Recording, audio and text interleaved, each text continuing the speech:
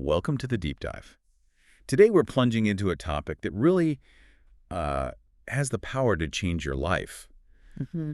Achieving financial freedom and building real wealth. Mm-hmm. Imagine this for a moment, a life where you don't maybe overthink every expense, where a peaceful retirement isn't just some distant dream, but, a secure reality, Right. and where you can confidently ensure a brighter, more stable future for your loved ones. What's the secret? What's the secret to reaching that level of independence? Well, the answer is surprisingly simple, yet profoundly powerful. Start investing now. Now, okay. Yeah. In this deep dive, we're going to unlock some powerful lessons from Nick Maggiulli's insightful book, Just Keep Buying. Just keep buying. Heard a lot about that one. Exactly. You'll discover why investing is essential, where to put your hard-earned money, how to navigate, the inevitable ups and downs of the stock market. Oops, yeah. And what to do when a crash hits. Our mission today is really to equip you to take that first step, or maybe the next step, toward becoming a confident investor. Because when done right, investing isn't just a strategy, it's more like a lifelong habit that can lead to truly extraordinary results. Okay, let's unpack this core philosophy then. The heart of Maggiulli's message is just keep buying. What does that actually mean in practice? Right.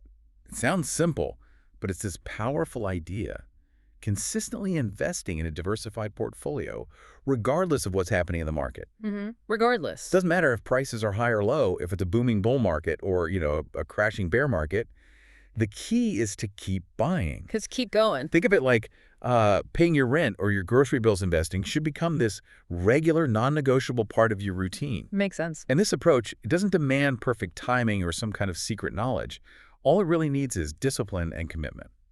That's the hard part sometimes. It can be, but honestly, in today's world, it's actually easier than ever. Thanks to modern platforms, you've got access to free trading, incredibly low-cost index funds, diversified opportunities. Yeah, the barriers are much lower now. Right. You can own a piece of some of the world's top companies with just a few clicks. So please, don't let fear or confusion stop you.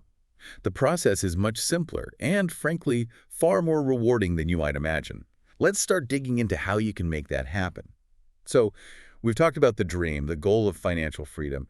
But for someone just starting out, or maybe even someone who's been thinking about it for years, the fundamental question always comes back to, why?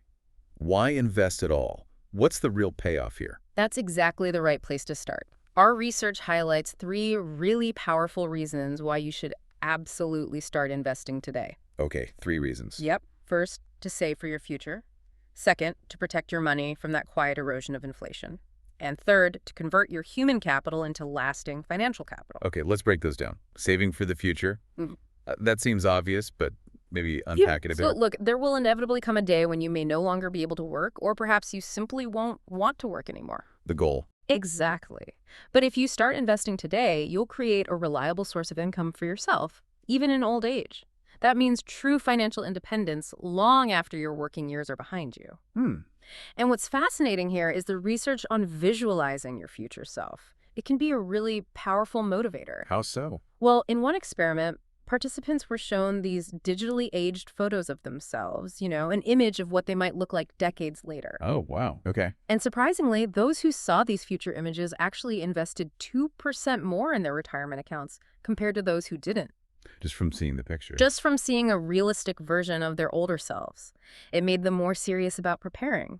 And another study found that people saving specifically for retirement or emergencies save more regularly than those with shorter-term goals. Interesting. So having that long view really matters. It absolutely does. Preparing for old age isn't selfish, it's just smart. You're securing your future so you won't have to depend on anyone later. That makes a lot of sense. And it leads perfectly into the second reason you mentioned. Inflation. Yeah. You called it quiet erosion. Yeah. It's often called invisible tax, right? Yeah. It just quietly eats away at your purchasing power. Precisely. Think about groceries, education, transport, even fixing things around the house. Prices tend to rise over time, even if your salary stays the same. Yeah, you feel that. In the short term, maybe it doesn't seem like a huge deal, but over the years, the impact can be enormous. For example, if the annual inflation rate is just 2%. Which sounds pretty low. Right, sounds low. But your money will lose half its purchasing power in about 35 years. If inflation hits 5%, that same loss happens in just 14 years. Wow, 14 years to have your money's worth. Exactly. The higher the inflation, the faster your money loses value. So how do you fight back? Well, the answer lies in investing. Okay. By purchasing assets that tend to grow in value over time, you can hopefully beat inflation and preserve or even grow your wealth. So investing isn't just about growth, it's defense too. It's absolutely defense against inflation. And if we connect this to the bigger picture, consider this powerful historical example. $1 invested in long-term U.S. Treasury bonds back in 1926. Okay, way back. Way back. It grew to about $200 by the end of 2020. Not bad, right? So 100 times your money. Yeah. But that same dollar, if put into a diversified basket of U.S. stocks, grew to over $10,000 during the same period. 10,000 compared to 200. 10,000. It just dramatically illustrates why long-term stock investing has been such a wealth-building engine. That's a huge difference. Huge. Now, imagine you're retired. No more paycheck, but costs keep rising. If you've been investing, you'll still have that passive income stream to support your lifestyle. Okay, that's a compelling argument for getting started. But then, of course, the big question becomes, what? What do you actually put your money into? I know there's so many options, so many gurus promising the perfect path. What does the research say is the best approach? You're right. There's no single universal route to wealth, and what works for one person might not be the best fit for you. That's why it's important to understand different approaches. Right. Ultimately, the goal is to build a diversified portfolio of income-producing assets. So let's explore some major asset classes that can help you build wealth. We can start with stocks, also known as equities. Okay, stocks. Most people have heard of those. Right. When you buy stocks, you're essentially buying ownership in a company. A tiny piece, but ownership nonetheless. Got it. And stocks are generally considered one of the most reliable long-term tools for building wealth. For example, there was this study. Researchers looked at stock market returns in 16 countries from 1900 to 2006. A long period, lots of turmoil in there. Exactly. 2 world wars, the Great Depression. Despite all that, every single one of those countries delivered positive long-term returns. Sweden averaged 8% annually, the U.S. 6.8%, even the lowest, Belgium, was 2.7%. So even through chaos, they generally went up over the long haul. Over the long haul, yes. Another advantage is they require no maintenance from you. Once you buy them, you don't have to, fix a leaky roof like with property. They can just sit there and potentially generate returns. Okay, but what about the scary part? The drops. Ah, yes, the downside. Volatility. Stocks can be bumpy. Historically, prices have dropped by 50%, roughly twice every 100 years. Twice a century, cut in half. Ouch. Yeah. And drops of 30% happen roughly every 4 years, and 10% drops almost every other year. So dips are normal. Very normal. These fluctuations can be tough emotionally, especially for new investors. But the key is focusing on the long term. History shows that over time, stock prices tend to recover and grow. Time is really your best friend here. So how do you actually buy them? You can buy them through your bank sometimes, or more commonly through online stockbrokers. You can buy individual stocks, or you can invest through things like ETFs, exchange-traded funds, or index funds. Right, funds seem popular. Very. And the author specifically recommends index funds because they let you invest in a broad range of companies easily and affordably. Like an S&P 500 index fund gives you exposure to the top 500 companies in the U.S. All in one go. Pretty much. And as a shareholder, you can earn dividends, that's your share of profits, and also capital gains if the stock price goes up and you eventually sell for more than you paid. Okay, so stocks are about ownership, potential for high growth, but also volatility. What about bonds? I always hear those are the safer option, but how do they actually work? Good question. When you buy a bond, you're basically lending money, usually to a government or a corporation for a fixed period. So you're the bank, essentially. In a way, yeah. Yeah. In return, they pay you interest, often called a coupon periodically, and then they give you your original loan amount, the principal, back when the bond matures or ends. Okay. And the yield? The yield is just the annual interest payment as a percentage of the bond's price. So if you buy a $1,000 bond that pays $50 a year, the yield is 5%. Simple as that. Are there different kinds? Oh, yes. Most people think of U.S. Treasury bonds, which are considered very safe. But there are also municipal bonds, corporate bonds, even foreign government bonds. Are those riskier? Non-U.S. bonds often offer higher interest rates, yeah, but they're riskier because, unlike the U.S. government, which can, print money to pay its debts, Right. other governments or corporations can default, especially in tough times. So why hold bonds if stocks grow more? Because bond returns are usually lower, yes, but they serve as a diversifying asset. They help balance the risk in your portfolio. Ah, the diversification thing again. Exactly. Bonds are generally less affected by market swings than stocks. They tend to provide more stable, predictable returns even when riskier assets are down. Like a cushion. A cushion, yeah. Or a source of liquidity. Say the stock market crashes and maybe you lose your job unexpectedly. Having bonds allows you to sell them for cash, likely without taking a huge loss like you might with stocks in that moment. That makes sense. Any examples? We saw this during the COVID-19 pandemic crash. Imagine 3 portfolios. One all S&P 500 stocks, one 80% stocks, 20% bonds, and one 60% stocks, 40% bonds. Okay. When markets hit bottom in March 2020, the all-stock portfolio got hammered the most. The 60-40 mix, though, held up significantly better because of its bond allocation. So the bonds softened the blow. They did. In short, even with lower returns, bonds can act as that crucial safety net during a crisis. And like with stocks, the author suggests bond ETFs or index funds for easy diversification. Okay, that makes sense for balancing things out. Yeah. Now, you mentioned a third reason to invest earlier, converting human capital into financial capital. What exactly do you mean by that, and why is it so crucial for building wealth? Right, human capital. It basically refers to the value of your time, your knowledge, and your skills. Everything you bring to the table to earn a living. Okay. Now, while you can definitely improve your knowledge and develop skills over time, there's one thing you can't increase, your time. And as you age, your energy and capacity to work naturally decline. Yeah, it can't work forever. Exactly. You simply won't be able to do everything you can do today. So let's run a quick hypothetical. Say you earn $50,000 a year for the next 40 years. Okay, a long career. And you consistently save 15% of that income, investing it, and earning an average return of, say, 6% annually. So saving and investing steadily. Steadily. Over time, you won't just accumulate enough money, but the magic of compound interest will allow your wealth to grow even faster. Your money starts making money. Compounding. Yeah, that's powerful. It really is. Even after you retire and stop working, your investments can continue to generate income for you. So if you start investing today, you'll be able to enjoy a more peaceful retirement tomorrow. Freedom from worry, basically. Freedom from worrying about medical bills, your kids' future, day-to-day expenses. Even as you relax, your money is still working in the background, growing, giving you the freedom you deserve. Okay, stocks, bonds, converting human capital. Got it. Next up, tangible asset many people think about. Real estate. Is it as good as people say for building wealth? Investing in property can definitely be a powerful wealth-building move. You can rent it out, so your tenants are effectively helping you pay off the mortgage. Nice perk. Yeah. And meanwhile, you benefit from long-term property appreciation, hopefully. Plus, there's leverage. Leverage. Yeah. Using borrowed money, right? Exactly. Say you have $100,000. You could use that as a down payment to buy a $500,000 property, borrowing the other $400,000. Huh. Now, if that property's value rises to $600,000 and you sell it, pay back the loan, you could walk away with a $200,000 profit. That's double your original $100,000 investment. Ah, so leverage magnifies the gains. It magnifies gains and losses, potentially.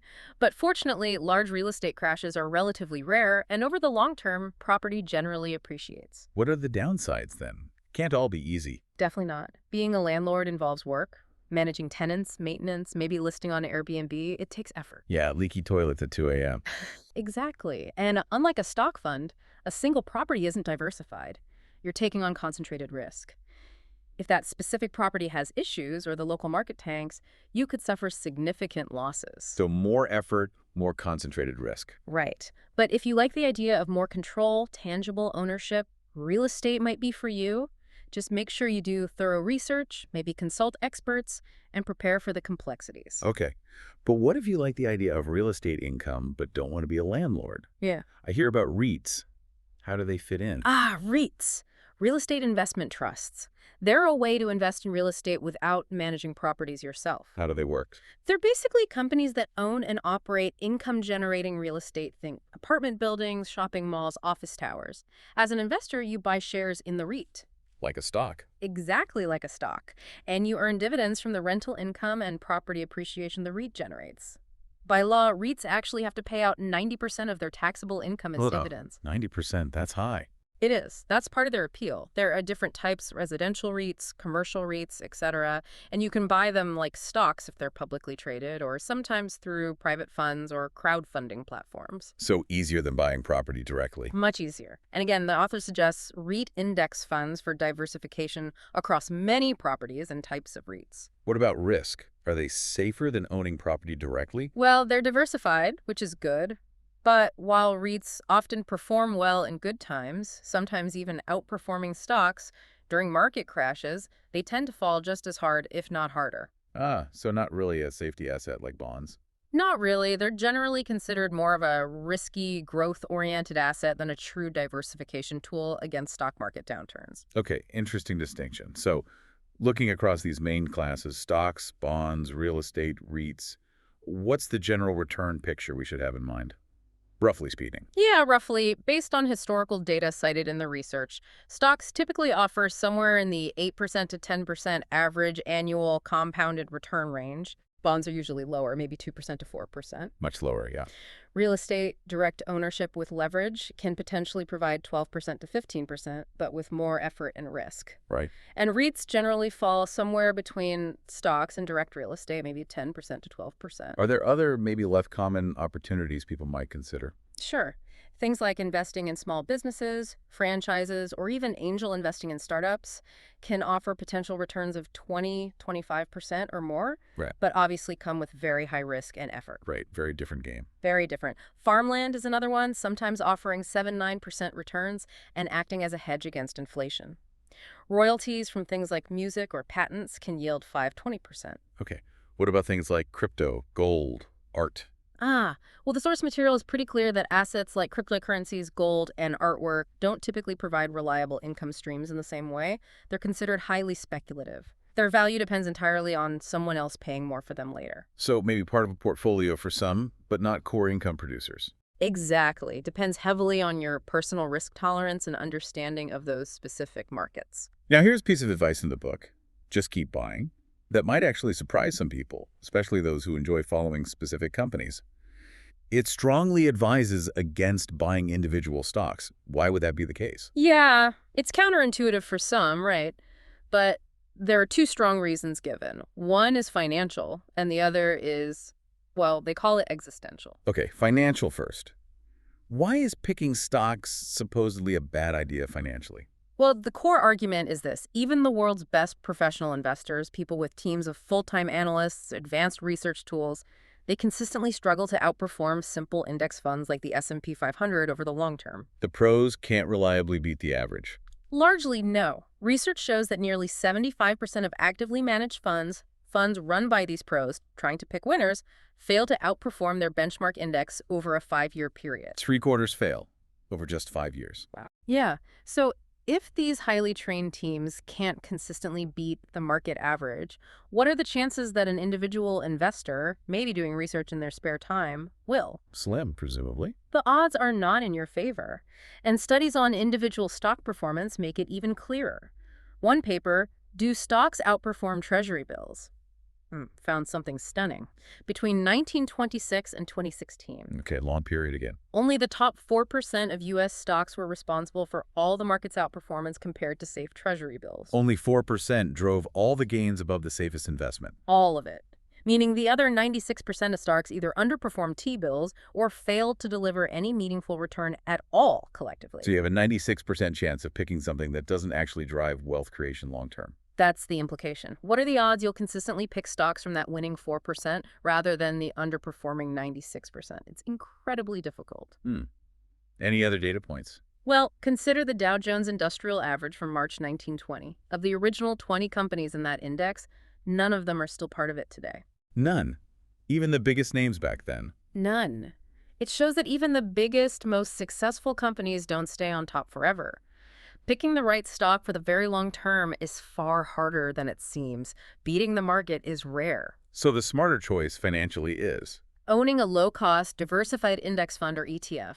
It reduces stress, lowers the risk of catastrophic loss if one company fails, and historically provides more consistent returns by capturing the market's overall growth. You own a piece of all the companies, including the winners, without having to guess which ones they'll be. Okay, I can definitely see the financial argument, especially that 4% statistic. That's sobering. But what about the existential argument? What does that mean? Doesn't picking stocks feel more engaging, more exciting sometimes? It absolutely can feel more engaging, and that taps right into the existential side. This argument questions your own confidence and your ability to assess your skill as an investor. How so? Well, how do you really know if you're good at picking stocks? Does one great trade over a day or a week or even a year prove you have skill? Probably not. It could just be luck. Right, it could be a random chance. Exactly. It might take years comparing your results meticulously against an index like the S&P 500 to even get a hint whether your decisions were based on genuine skill or just riding a lucky wave. That sounds difficult to know for sure. It is. And what if your apparent outperformance isn't even due to your brilliant analysis? What if a stock you picked just skyrockets because it got hyped on social media? Is that skill or just being in the right place at the right time due to factors beyond your control? Yeah. The lines get blurry. They do. That's the existential dilemma. Yeah. And beyond that, there's the mental and emotional toll. Constantly analyzing stocks, monitoring news, tracking performance, second-guessing your decisions. It can become a stressful, all-consuming full-time job. Instead of passive investing. Right. And the emotional swings. Watching a stock you poured money into drop significantly can be gut-wrenching. It can wipe out a large chunk of your investment quickly. So it's not just about the numbers, it's the stress and uncertainty too. Definitely. Now, don't get me wrong, stock pickers and active investors do play a role. They help with price discovery, market efficiency. We need them. Sure. But for most everyday investors, index funds and ETFs offer a way to participate in market growth without the immense stress, the high odds of underperformance, and the existential questions about skill versus luck. You simply keep buying a piece of the entire market. It's often safer and arguably smarter. Okay, that paints a clear picture. Let's shift gears a bit then to some potentially good news that might brighten the mood after talking about risks. It turns out the stock market actually rises more often than it falls, right? Absolutely. That's a key historical fact. If you look at the 20th century, for instance, the Dow Jones Industrial Average grew from just 66 points to over 11,497. From 66 to almost 11,500. That's huge growth. Massive growth. And think about what happened during that century. 2 world wars, the Great Depression, more than a dozen recessions, oil crises, a global flu pandemic, even a U.S. president resigning. Yeah, nonstop crises, it seems. Pretty much. Yet, despite all that turmoil, the overall trend was significantly upward. And this pattern isn't just a U.S. phenomenon. Global equity markets have shown similar long-term positive trends over decades, weathering numerous challenges. So if the odds are so clearly in your favor over the long run, why wait? I mean, every day you delay investing is basically a missed opportunity for your money to start growing and compounding. That's exactly the point. The sooner you begin, the more time you give your investments to work their magic. So don't wait for the perfect moment, because it probably doesn't exist. Just get started. Right. And let's consider a thought experiment from the book to illustrate this. Imagine you suddenly inherit $1 million. Nice problem to have. Definitely. And your goal is to grow it steadily over the next 100 years. You have 2 basic options. Option A, invest the entire $1 million today. Option B, invest just 1% of it, $10,000 each year for the next 100 years. Which strategy seems better for long-term growth? Spreading it out feels safer maybe. Less risk of bad timing. That's the common intuition. But the better choice, purely from a maximizing long-term growth perspective, is usually investing the entire $1 million upfront. Why is that? Because the earlier you invest, the more time your money has to grow and compound. If you spread it out over a century, yes, you avoid putting it all in at a potential peak, but all that cash sitting idle, waiting to be invested year after year. It's getting eaten by inflation. Exactly. Inflation is eroding its purchasing power while it's not working for you in the market. Time in the market is generally more important than timing the market. But isn't putting $1 million in all at once incredibly risky? What if the market crashes the next day? That's a valid concern, and pure lump sum investing might be too aggressive for many. But you can manage that risk through diversification. Instead of putting 100% into stocks, maybe you invest the lump sum into a diversified portfolio, say 60% stocks and 40% bonds. Ah, okay, so you invested all, but not all in the riskiest assets. Precisely. This way, you get your capital working sooner, benefiting from potential long-term growth and compounding, while the bond portion provides a cushion against major stock market drops. In fact, studies suggest a 60-40 lump sum portfolio can often outperform a strategy of investing smaller amounts purely in stocks over many years. Interesting. So time and smart allocation. Time and smart asset allocation working together. Okay, now maybe you listening don't have $1 million lying around, and that's totally okay. The core principle here matters regardless of the amount, right? Absolutely. The stock market generally goes up over time. Therefore, the best time to invest wasn't yesterday, it isn't tomorrow, it's now. By investing early, even small amounts regularly, you give your money the maximum time to grow. You shield it from that slow poison of inflation we talked about, and most importantly, you take real, meaningful steps toward building a secure and comfortable retirement. So don't wait for the stars to align. Just keep buying. Start today. No. Now, here's another piece of investing advice from the book that might feel, well, counterintuitive. The biggest risk is not taking any risk at all. Right. It sounds backwards, doesn't it? It does. Yeah. But the idea is, if you're so afraid of stock prices falling that you avoid investing altogether, you'll definitely miss out on one of the greatest opportunities to grow your money over the long term. Exactly. To succeed as a long-term investor, you really have to learn to accept volatility. You have to accept market unpredictability and those inevitable dips along the way as just part of the process. Easier said than done sometimes. Oh, absolutely. So let's try another thought experiment. Imagine there's a magical genie. Okay, I like where this is going. Right. This genie appears at the end of each year and tells you only one thing about the next year: the maximum intra-year drawdown for the U.S. stock market. That's the biggest drop from the market's peak to its low point within that upcoming year. So it tells you the worst dip that's coming. Exactly. It can't tell you when it will happen or how the market will end the year, just the size of the biggest potential drop. Now, the genie asks you, based on that number, when would you decide to get out of stocks entirely and move into safe bonds for the year? What's your pain threshold? What if it says a 40% drop is possible? Would I still invest? What about 20%? That's a tough call. It is. Let's add some context. From 1950 to 2020, the average maximum intra-year drawdown for the S&P 500 was around 13.7%. 14% drop in an average year. And the worst single-year drop in that period was November 2008, when the index fell almost 48% from its peak that year. Nearly half. Okay. Yeah. So what are the scenarios? Scenario 1, you're very conservative. You tell the genie, if the market might drop more than 5% next year, I'm out. All bonds. Avoid even small dips. Right. If you followed that strategy from 1950 to 2020, you would have ended up with about 90% less wealth compared to someone who just bought and held stocks. 90% less. Why so much? Because drops of 5% or more happened in almost every single year. There are only about 7 years in that 7-year span with a drawdown smaller than 5%. So trying to avoid even minor risk meant avoiding almost all the growth. Wow. Okay, scenario 2. Scenario 2, you're bolder. You only exit if the genie predicts a massive drop, say, over 40%. Only avoid the catastrophes. Right. In that case, you would have only exited stocks in 2008. Your overall returns would have been barely different, maybe slightly better, than just staying invested the whole time. Not much gain for your magical foresight. What about something in between, like avoiding 15% drops? Okay, scenario 3, a balanced approach. Avoid drops greater than 15%. You shift to bonds during those predicted high volatility years and invest otherwise. This actually offers a decent balance, but you'd still be out of the market about 1/3 of the time. Out for a third of the time.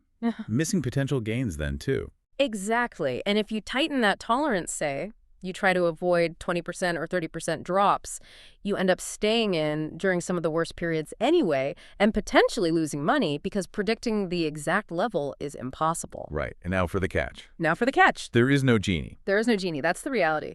There's absolutely no way to know in advance whether the market will drop 5%, 15%, or 40% next year. Predicting future volatility with any accuracy is basically impossible. So what's the practical solution then, if we can't predict it? The only practical solution is the one we keep coming back to.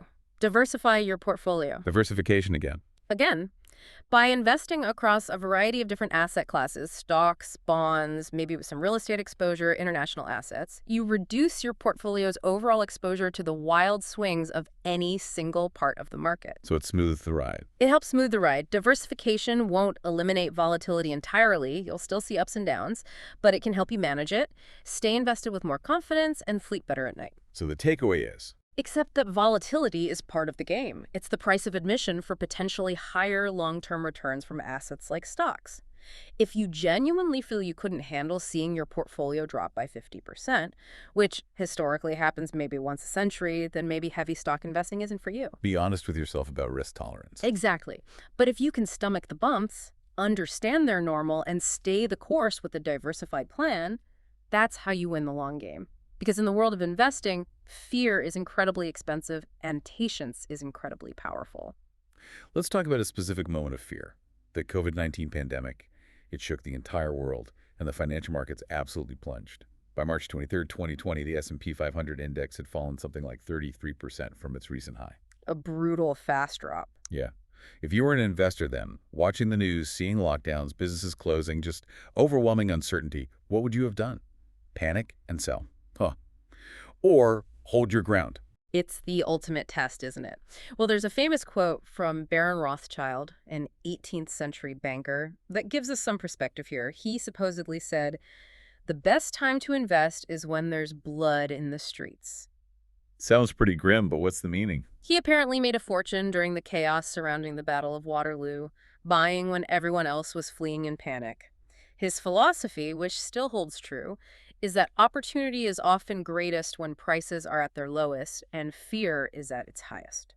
Buy when everyone else is selling. Essentially, yes. If you have the courage and the capital to buy when the market crashes, your investments can potentially grow dramatically as the market eventually recovers. Any historical examples besides Rothschild? Let's take the 1929 crash and the Great Depression that followed. Suppose you had invested $100 every single month in the U.S. stock market starting right at the peak in September 1929 and continued all the way through to November 1936. So investing through the absolute worst of it. Through the worst of it. Data shows that, yes, each $100 you invested would have grown by November 1936. But the most powerful gains by far would have come from the money you invested during the absolute lowest point of the crash in the summer of 1932. Buying at the bottom. Buying near the bottom.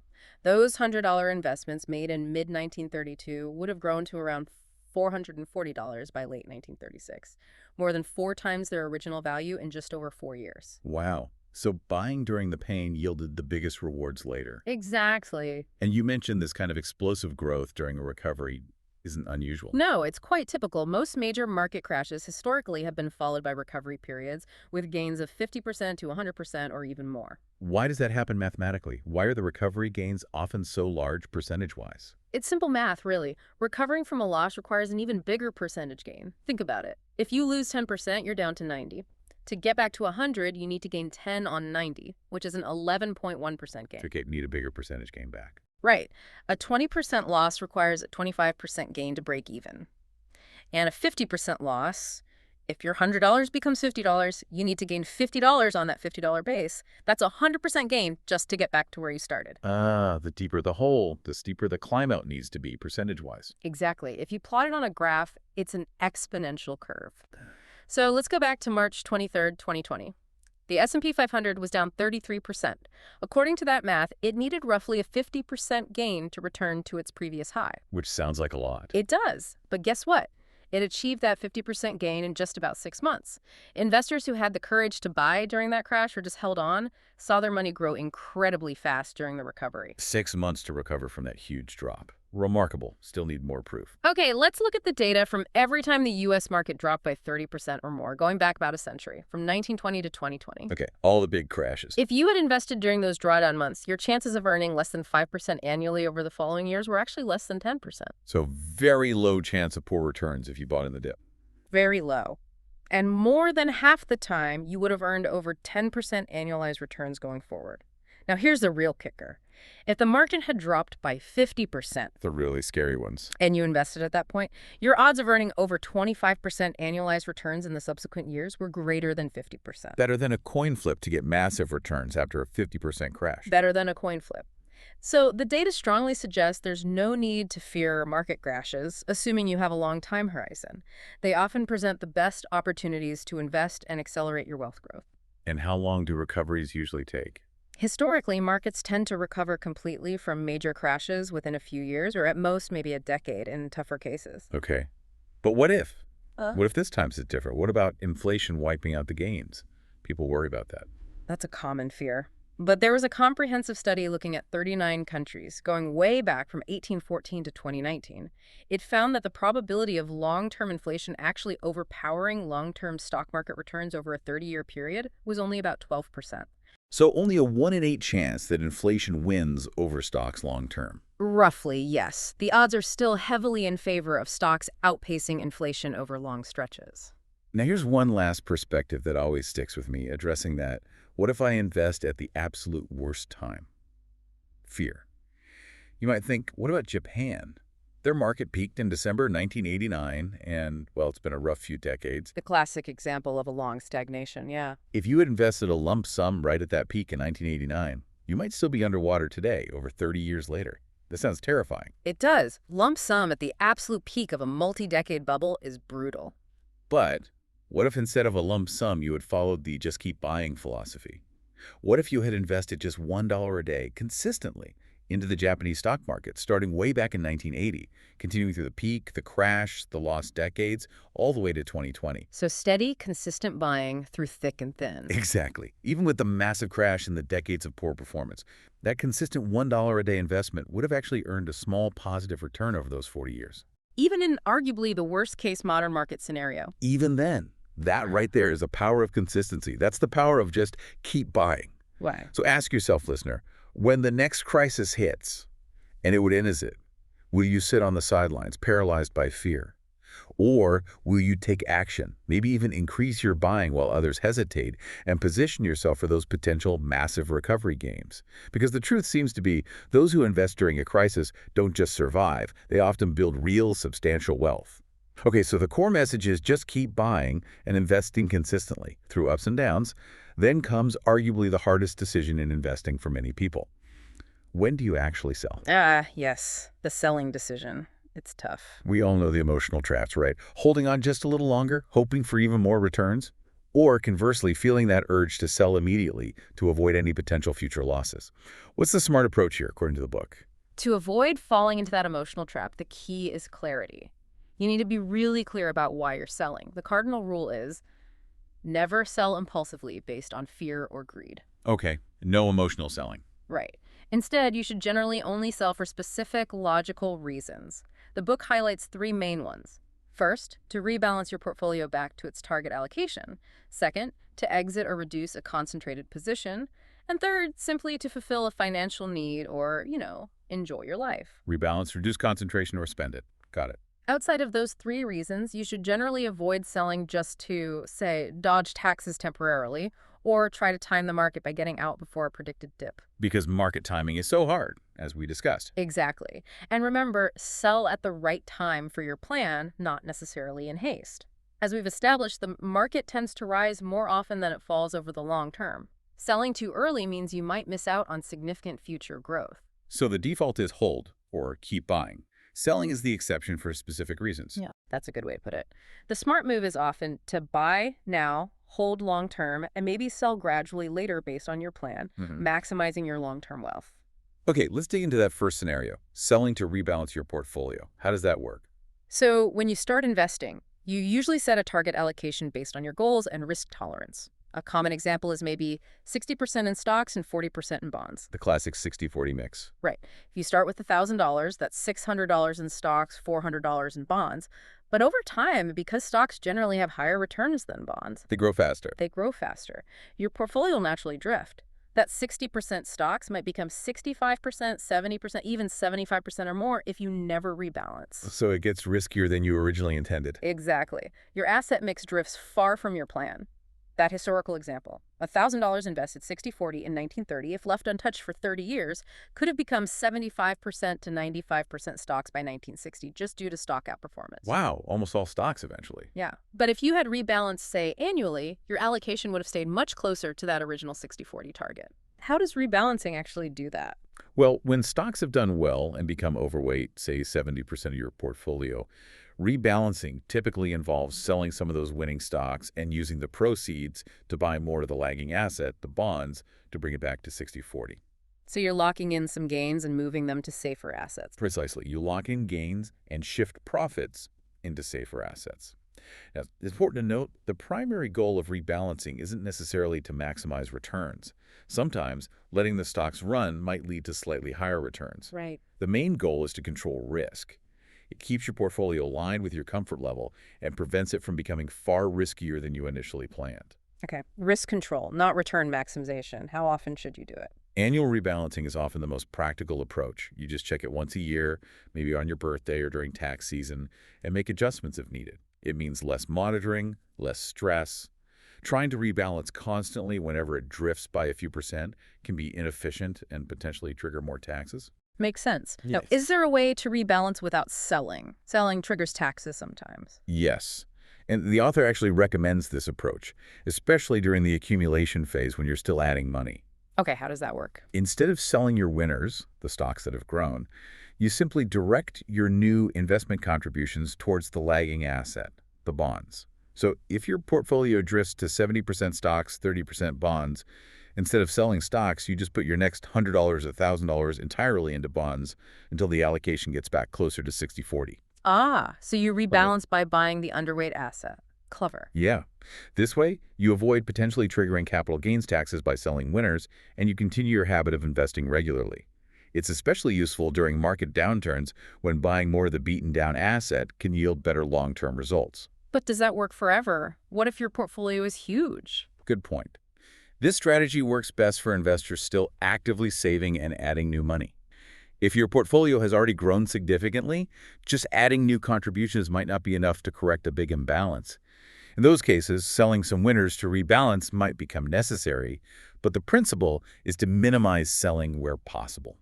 Okay, that makes sense. What about the second reason to sell?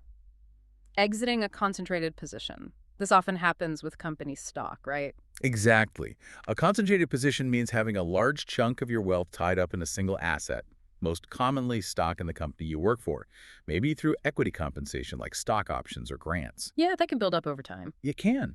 And while it feels good to see that value grow, it's also very risky to have so much tied to one company's fate. So, as that position grows significantly relative to your total net worth, it's generally wise to start selling small portions periodically to reduce your risk and diversify. How much should you sell? Well, how much depends on your individual circumstances and goals. Let's say you have a big mortgage, and most of your wealth is tied up in your company stock. You might decide to sell a portion of that stock specifically to pay off the mortgage. Guaranteed debt versus potential stock growth. Right. The stock might grow faster than your mortgage interest rate, but that growth is uncertain. Paying off the mortgage is a guaranteed return, the interest saved, and reduces financial fragility. So you can sell gradually or all at once. You could sell maybe 10% each quarter or decide to offload 50% now and hold the rest.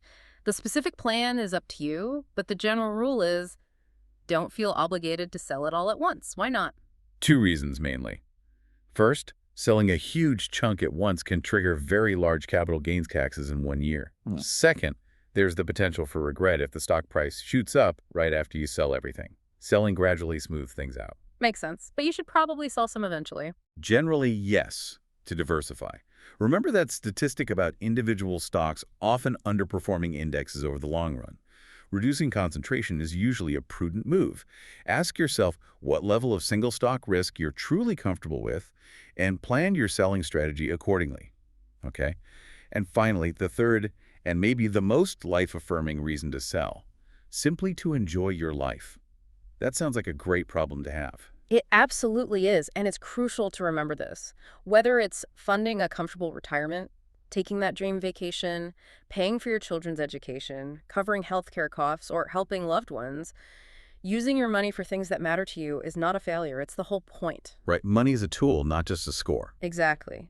The author brings up the economic concept of diminishing marginal utility. Okay, what's that? It just means the more you have of something, the less additional happiness or value each extra unit brings you. For example, going from having $0 to $1 million probably brings a massive amount of happiness and life improvement. Life-changing. It's life-changing. But going from having $1 million to $2 million, Still nice, but the additional happiness boost is likely much smaller. Less impact, yeah. Right. Once your family's basic needs and comforts are securely taken care of, accumulating more and more wealth for sheer luxury often doesn't add that much genuine joy. But using that wealth to give yourself and your loved ones meaningful experiences, security, or opportunities that can be priceless. So selling to live the life you want is perfectly valid. Absolutely. Selling isn't a failure. It's ultimately part of the game. The real purpose of investing isn't just to grow your net worth on a spreadsheet. It's to create the financial freedom that allows you to live the life you've always dreamed of living. We have covered a lot of ground in this deep dive into Nick Maggiulli's Just Keep Buying. Let's try to quickly recap what you, the listener, have hopefully learned. Yeah, let's bring it together. You started by understanding why investing is so important. Saving for your future self, protecting your hard-earned money from inflation's bite, and converting your human capital, your time and skills, into financial capital that can work for you 24/7. The foundations. Then we explored different types of assets: stocks for growth, bonds for stability, real estate for tangible ownership, REITs for easier property exposure, and stressed. Why building a diversified portfolio across these is absolutely key to managing risk. Diversification is crucial. You discovered the surprising data-backed reasons why trying to pick individual stocks is often a losing game for most people, and why choosing low-cost, broad index funds, or ETFs, is generally a smarter, less stressful path. Let the market work for you. We emphasize the sheer power of starting early. Time is your greatest ally in investing, so the best time to start wasn't yesterday, it's right now. Don't wait, just start. You learned why you shouldn't fear market volatility. Those dips and crashes are normal, expected, and staying invested long-term through them is how you capture the real gains. Volatility is the price of admission. In fact, we showed you the power of buying during a crisis. Those periods of maximum fear often present the greatest opportunities for future growth. Crisis creates opportunity. Turn fear into fuel. And finally, we discussed when it actually makes sense to sell guided by logic, not emotion, maybe to rebalance your portfolio, reduce risky concentrated positions, or, importantly, to fulfill your financial needs and actually enjoy the life your investments can help provide. Selling with purpose, not panic. Every single day we're faced with financial decisions, large and small, and we have to make them while being fundamentally uncertain about what the future holds. We don't have a magic lamp, we don't have a crystal ball, we certainly don't have a time machine. If only. Right. But what we do have are timeless principles. Principles based on data, history, and behavioral insights. Principles like the ones you've heard throughout this deep dive. And the reassuring thing is, if you follow these kinds of simple, evidence-based guidelines, diversify, keep costs low, invest consistently, stay the course, control your emotions, you put the odds strongly in your favor for long-term financial success. Yes, you absolutely can build wealth over time, but it all starts with one decision. The decision to begin. So no matter where you're starting from, whether you have a lot or a little, no matter what scary headlines are flashing across the news, the core message remains profoundly simple, yet incredibly powerful. Just keep buying.